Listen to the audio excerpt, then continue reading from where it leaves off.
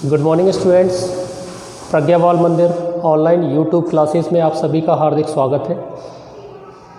जैसा कि आप सभी को पता है, यहाँ पर डेली क्लासों को प्रोवाइड किया जा रहा है। अलग अलग सब्जेक्ट के अलग अलग टीचर क्लासें प्रोवाइड कर रहे हैं। तो आप लोग सभी के सभी अपनी अपनी टाइम टेबल पर अपनी क्लासों को अचीव करते जाएं और मन लगाकर गहनता के साथ अपने अध्ययन करते जाएं। चलिए ठीक है, स्टार्ट करते हैं टॉपिक को अपन आगे। देखिए ज़रा, कक्षा 12 विषय फसल उत्पादन। आज की ये जो क्लास है फसल उत्पादन की है। अध्याय 1 स्टार्ट हो रहा है। इसमें नाम दिया हुआ है जल निकास। क्या नाम है बेटा? जल निकास। इस पार्ट से आपके लिए वार्षिक परीक्षा में सिलेबस से 4 नंबर का एक क्वेश्चन आता है। कितने नंबर का है भाई? 4 नंबर का एक क्वेश्चन वार्षिक परीक्षा में ब्लूप्रिंट के तहत आपके लिए आता है। वार्षिक परीक्षा में क्वेश्चन 1 तो पूरा जल निकास का अध्ययन करवाया जाएगा आपको सिस्टमेटिक। चलिए देखें अपन जरा पूरा। ये लिखा हुआ है जल निकास। सिलेबस ध्यान दें, 4 नंबर का एक क्वेश्चन है। जल क्या होता है, निकास क्या होता है? जल और निकास।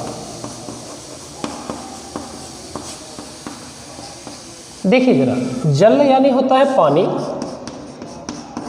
और निकास यानी होता है निकालना, पानी निकालना। लेकिन पानी को कहाँ से निकालना, क्यों निकालना, क्या पर्पज है निकालने का? तो सीधा साधा शाब्दिक अर्थ है, हम और आप सभी जानते हैं कि फसलों को ग्रो करने के लिए, उगाने के लिए, पैदा करने के लिए जल अनिवार्य घटक माना जाता है। यहाँ सामने देखिए बोर्ड पर जरा,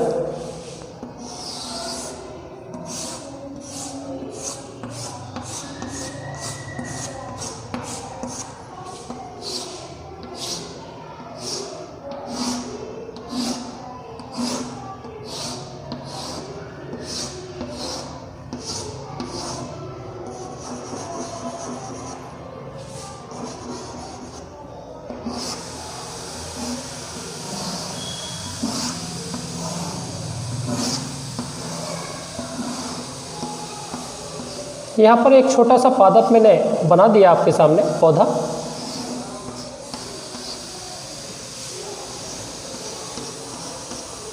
चूंकि फसल उत्पादन की बात चल रही है तो आप सभी को कम से कम इतनी नॉलेज होनी चाहिए कि जल का काम क्या होता है पेड़ पौधों में स्पेशली। देखें जरा, ये मैंने एक पादप का रूपांकन किया है, चित्र बनाया है आपके सामने पेड़ का, पौधे का। तो देखें जरा सभी, पेड़ पौधे में जल क्या काम करता है या जल क्या भागीदारी निभाता है। सामने देखिएगा, ये पौधा है पूरा, ये पौधे की कहलाती है जड़।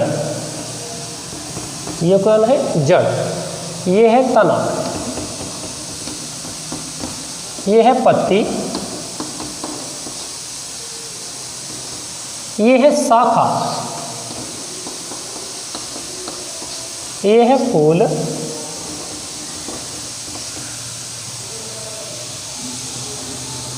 और ये है फल।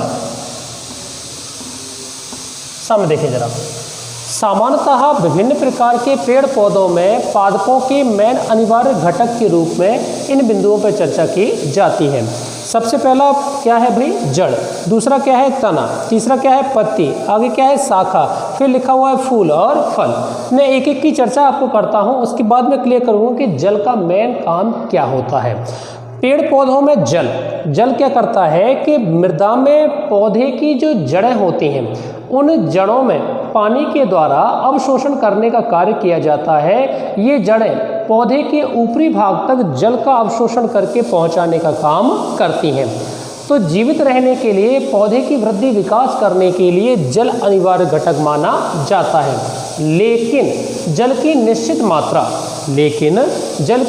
मात्रा पेड़ पौधों को नियंत्रित, नियमित, संतुलित बनाए रखती है।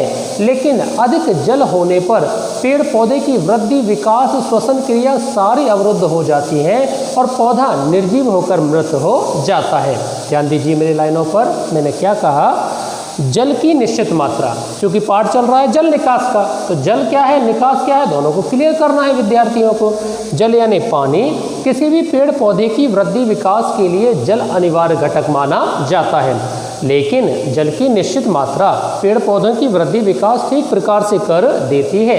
लेकिन जल अधिक होने पर खेत में लबालब पानी भर जाए, जल की मात्रा अधिक हो जाने पर पौधे की सारी अनिवार्य जैविक क्रियाएं नष्ट हो जाती हैं, पौधा मृत हो जाता है।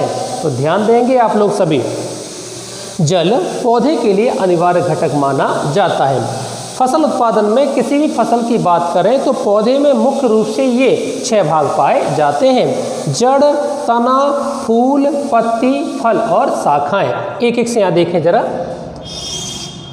जड़, तना, फूल, पत्ती, शाखा। जड़, तना, फूल, पत्ती, शाखा और फल। सामने देखें, जड़ क्या काम करती हैं? विभिन्न प्रकार की फसलों या पेड़ पौधों में जड़ें हमेशा जमीन में या मृदा में नीचे पाई जाती हैं, मृदा की सतह के नीचे पाई जाती हैं, पौधे को मजबूती प्रदान करने का कार्य करती हैं।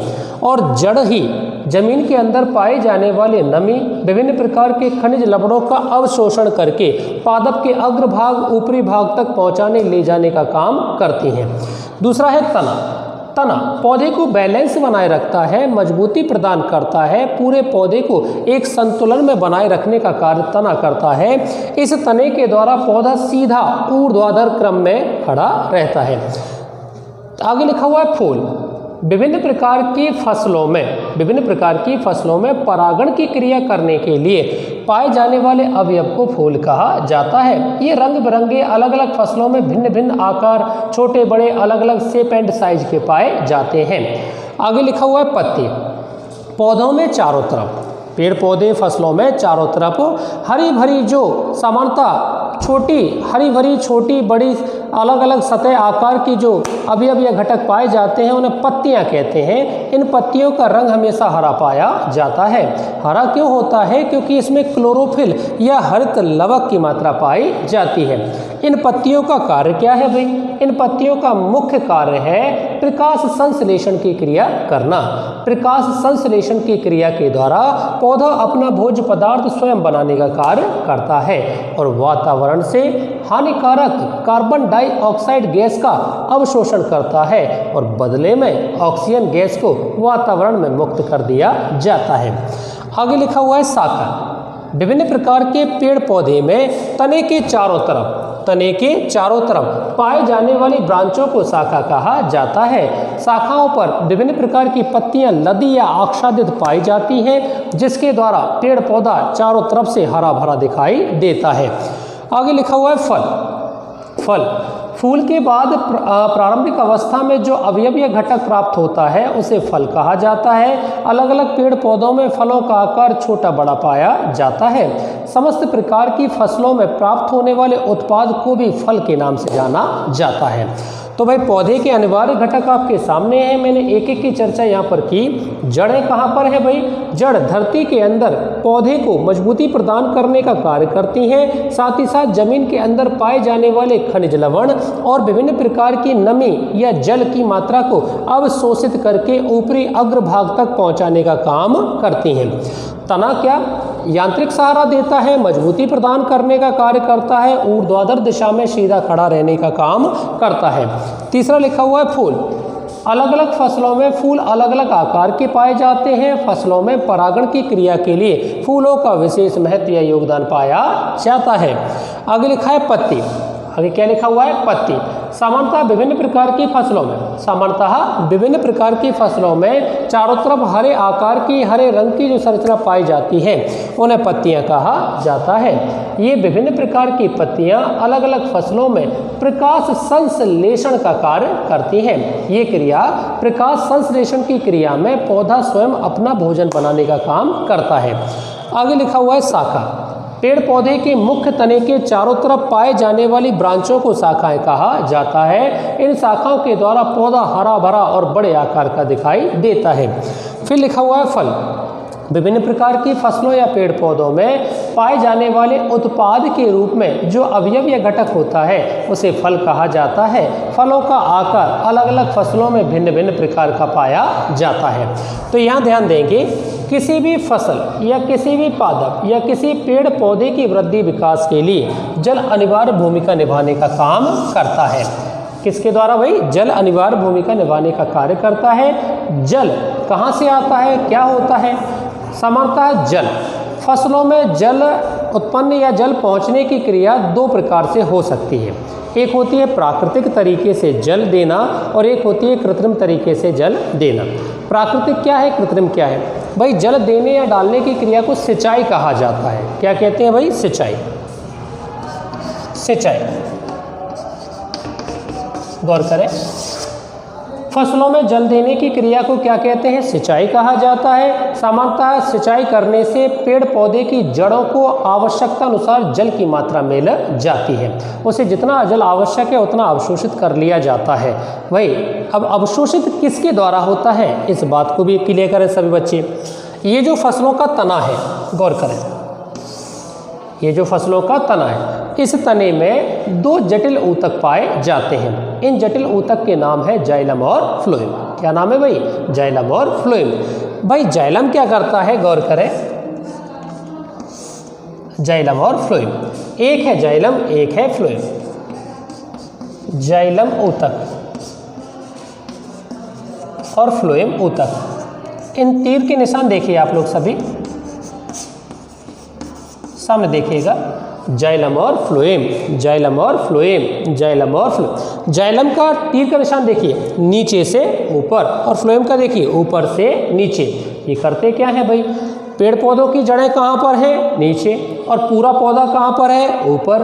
तो जाइलम देखिए जरा, जाइलम क्या करता है? पादप की जड़ों में पाए जाने वाले मूल रोम, इन पर रोम पाए जाते हैं। मूल यानी जड़ें और रोम यानी बारीक से अवशेषी पदार्थ। भाई पेड़ पौधों की जड़ों पर पाए जाने वाले मूल रोमों के द्वारा धरती के अंदर पाए जाने वाले जल या नमी की मात्रा को अवशोषित करके, ध्यान देना ये काम कौन कर रहा है? जाइलम ऊतक। कौन कर रहा है? जाइलम ऊतक धरती के अंदर पाए जाने वाली नमी खनिज लवणों की मात्रा को जड़ों पर पाए जाने वाले मूल रोमों के द्वारा अवशोषित करके पौधे के शीर्ष भाग तक, पौधे के शीर्ष भाग तक, ऊपरी भाग तक लाने पहुंचाने का काम किया जाता है। ऐसा होने से जाइलम ऊतक के माध्यम से जल और खनिज लवण की मात्रा भाई जड़ों और तने से होते हुए संपूर्ण पादप को मिल जाती है।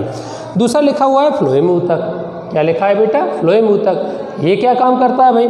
फ्लोएम ऊतक भाई पत्तियों के द्वारा बनाए गए भोज्य पदार्थ या प्रकाश संश्लेषण की क्रिया में पौधा जो भोज्य पदार्थ बनाता है, उस भोज्य पदार्थ से उत्पन्न होने वाली ऊर्जा और भोज्य पदार्थ की पूरी मात्रा को फ्लोएम ऊतक शीर्ष भाग से ला करके पौधे की जड़ वाले भाग तक नीचे तक फैलाने पहुंचाने का काम करता है। ऐसा होने पर जाइलम और फ्लोएम दोनों ऊतक लगातार अपना अपना कार्य करते रहते हैं, जिससे पेड़ पौधा 24 घंटे वृद्धि विकास करता रहता है। जड़ों का भी विकास नीचे होता है और ऊपर अग्रभाग में फूल, पत्ती, फल, शाखा ये आसानी से बढ़ते रहते हैं। ये बात सबकी क्लियर हो गई बेटा? समझ में आ गया सभी को? बहुत बढ़िया। तो ध्यान देंगे सभी। जल पौधे के जीवन का मूल आधार माना जाता है, लेकिन जल की निश्चित मात्रा में पेड़ पौधा अपनी वृद्धि विकास ठीक प्रकार से कर सकता है। लेकिन जल की अधिकता हो जाने पर पौधे का पूरा विकास बंद या रुक जाता है, पौधा निर्जीव या मृत हो जाता है।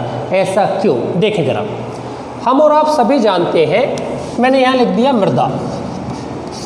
मृदा कहते हैं मिट्टी को। मृदा कैसे कहते हैं? मिट्टी को। ठीक, ये मृदा या मिट्टी के डीम या डेले अनियंत्रित आकार के पाए जाते हैं। इन ढेलों में, ये बनाए मैंने ढेले, मिट्टी के ढेले, इन्हें मृदा कहा जाता है। डीमा या ढेले के नाम से जाना जाता है। आप और हम सभी जानते हैं कि मिट्टी के ढेले में छोटे छोटे बारीक रंध्र अवकाश पाए जाते हैं। कौन से अवकाश हैं? रंध्र अवकाश पाए जाते हैं। ये रंध्र अवकाश क्या होते हैं? मिट्टी के ढेलों में पाए जाने वाले बारीक छिद्रों को रंध्र अवकाश के नाम से जाना जाता है। ये रंध्र अवकाश करते क्या है? सामान्यतः जड़ों मिट्टी में फंसी रहती हैं जड़ें, उन जड़ों को श्वसन क्रिया के लिए अतिरिक्त एक्स्ट्रा वायु ऑक्सीजन प्रदान करने का ये काम करता है। तो ध्यान रखना, मिट्टी में पाए जाने वाले रंध्र, जिन्हें रंध्र अवकाश कहा जाता है, यदि जल की मात्रा अधिक या अधिक समय तक खेत में भरी रहती है, तब मृदा के रंध्र अवकाश जो खाली छिद्र होते हैं उनमें पानी की मात्रा धीरे धीरे पहुंच जाती है और रंध्र जो होते हैं वो बंद हो जाते हैं, जिससे पौधा श्वसन की क्रिया नहीं कर पाता है। श्वसन ना होने पर पौधा मर जाता है, मृत हो जाता है, फसलें खड़ी हुई फसलें खराब हो जाती हैं। तो ध्यान देंगे भाई, मिट्टी में निश्चित नमी होने पर सारी जैविक क्रियाएं चलती रहती हैं, लेकिन अधिक मात्रा में नमी या जल की मात्रा बढ़ जाने पर मिट्टी में पाए जाने वाले रंध्र बंद हो जाते हैं, मिट्टी में पाए जाने वाले रंध्र बंद हो जाते हैं, जिसके कारण ध्यान देना बेटा, जिसके कारण पौधा श्वसन नहीं कर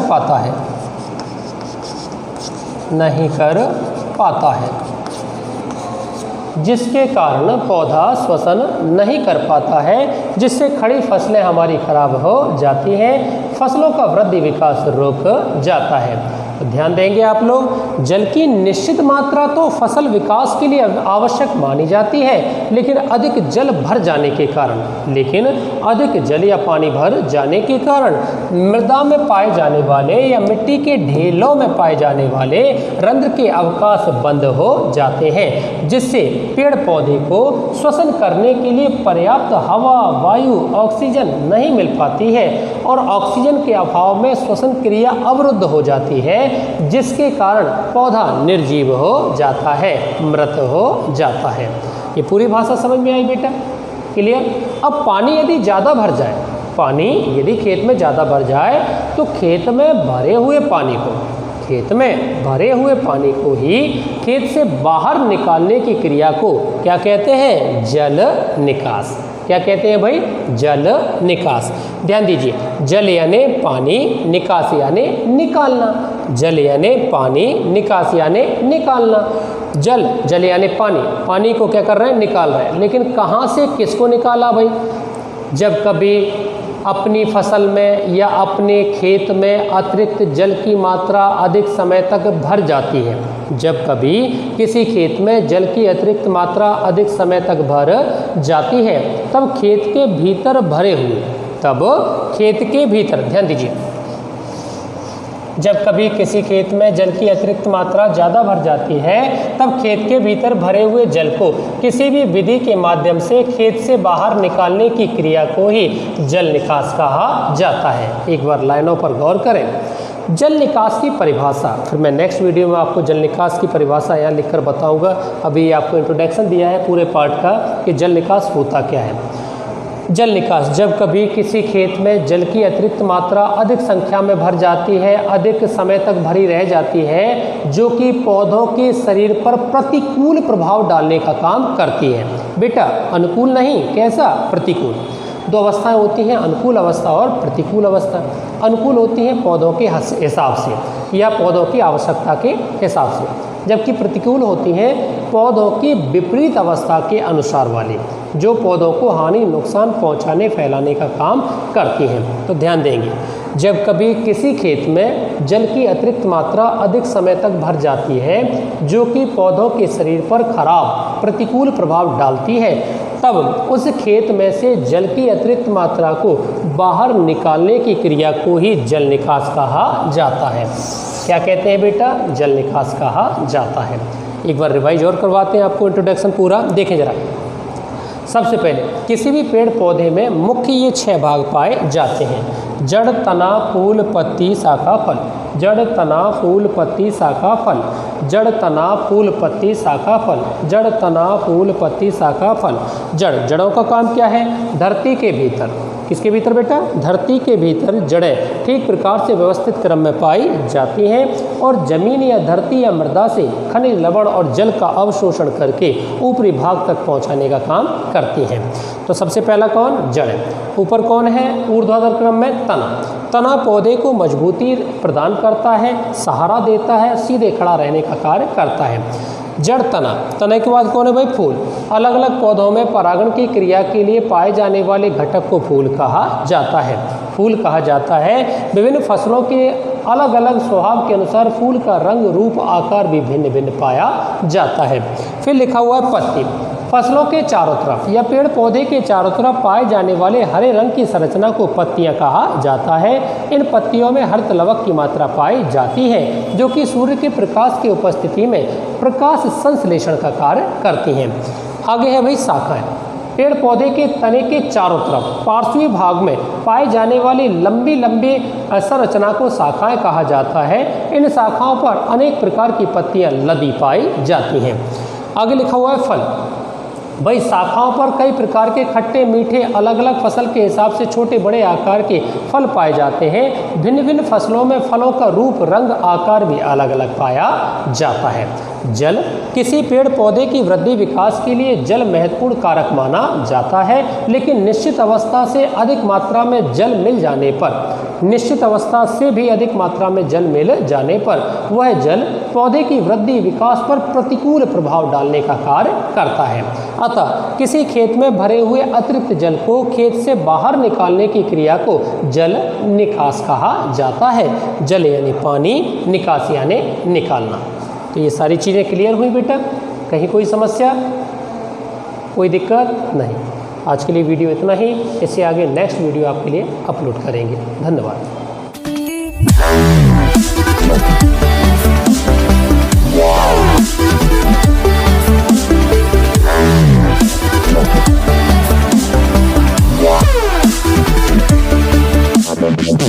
Yeah.